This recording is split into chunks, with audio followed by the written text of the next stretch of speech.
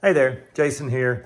I just did a video on the plan for the lighting for this room, and this next video is going to be what I'm actually going to be using to accomplish that plan, or at least the part of it that I'm doing today. And we'll come back and do more probably tomorrow when the rest of the lights come in. So here's what we've got here. Okay, here we go. So this is what I'm using for the spotlights for up there to illuminate the cabinets. These are Torch Star 3-inch deep recessed gimbal downlights. They're color temperature selectable. So I'm probably going to be using 3500 Kelvin. If you don't know what that is, watch a different YouTube video. This isn't the one for you. It's the light that I like the color of. Just about the color of that light over there. So I have a box of 4 of those, and these will rotate slightly. They have just a little bit of gimbal to them there, so that I can point them.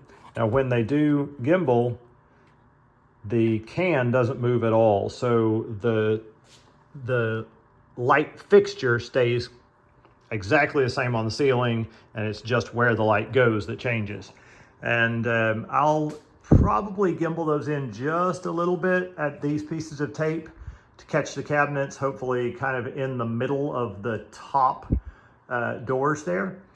And then the 2 that I'm putting on either side of that pendant and pointing down at the island, those I'll probably use the full gimbal to illuminate the whole island without illuminating the fixture itself.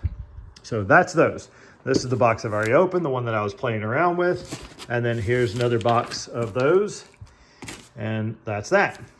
Now I'm going to go ahead and put this one in place of the light that I have. This one's just from Home Depot. Yeah, commercial electric.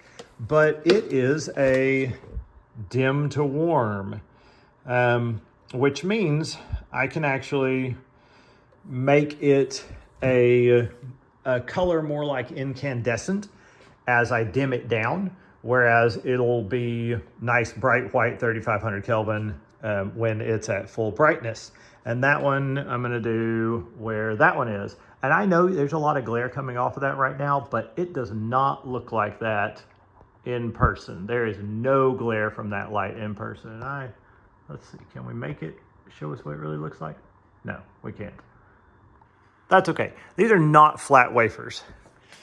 These are deep regressed LEDs with a 100-degree beam angle. By the way, these Torch Stars have a 35-degree beam angle.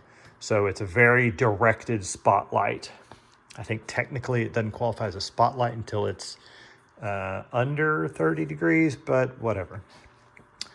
So these are tools I'll be using for this. This is one of my favorite drywall tools. This is the poke a little bitty hole in the drywall and make sure there's not anything up there I'm going to hit before I drill a big old hole.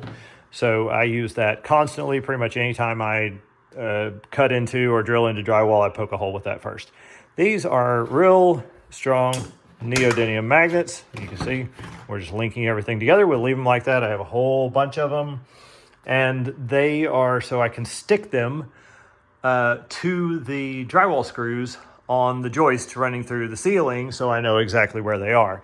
I already know where I'm going to have to do things a little different on some of them, but I'll stick those there just to be sure I've got all my information before I go cutting. So speaking of cutting, there's a little 3-inch hole saw. That's the one that's needed for these. And that comes with a dust shield to help catch the crud. Works pretty well. I've tried it just on some scrap drywall out in the shop. Drill, obviously. Now this is a 56-inch, if I remember correctly, auger bit, and it's got a screw on the end there, and then it's big enough to run my Romex through. Speaking of my Romex, that's the one thing I forgot to put on this table. tape measure. It's a level, but for me, it's just going to be a 12-inch tape measure that I don't have as much trouble holding and has a square end that I can reference off things. Tape for, well, marking more stuff. Nitrile gloves, which I will wear pretty much anytime touching this ceiling, because this ceiling, if you touch it, it picks up grease and it never goes away. And this is the ceiling that was in my house when I bought it 3 years ago, and I have not been able to. There's a little piece of something up there. My son likes to jump. I don't know if you'll be able to see that there. Maybe without it. Just kidding, can't see that. My son likes to jump from down this hall and jump up here and touch the ceiling. So there are greasy sun fingerprints in lines all over that ceiling. So I'm going to avoid those with those gloves, just anytime I'm touching that flat ceiling. So I got wire nuts of various sizes, strippers, Alpha knife, just my preferred razor knife, pair of wire cutters, cable connectors to go into the junction boxes for strain relief, a nice bright light. And what did I miss? Safety glasses. Hey now, safety glasses. Who wants drywall dust in their eyes? There is a stud finder, just kind of to double, triple, quadruple check things being on the ceiling before I drill holes. A volt alert, just make sure I'm safe. A marker for writing on the tape. I think that's it. And I got a spool of, what is it? Whatever gauge Romex I'm using. I think it's 16, if I remember right.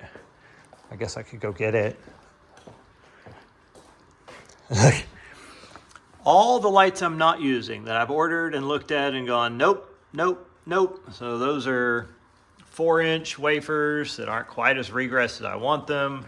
These are the first ones. These are 6-inch wafers that have no regress, that actually illuminate the ceiling more than anything underneath it.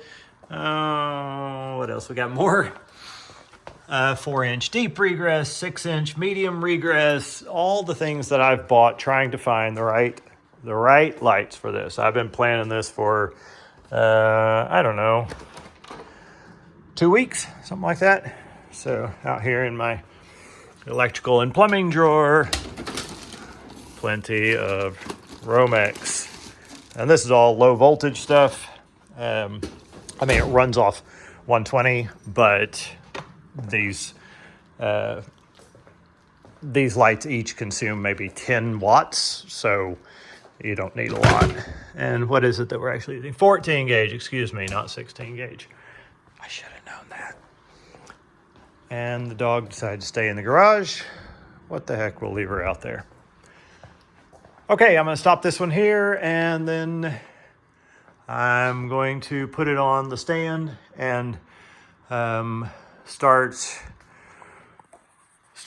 making sure that I'm not going to drill into anything I don't want to drill into. And then I'm gonna start drilling. So I'll stop this one here. Thanks, see you on the next one.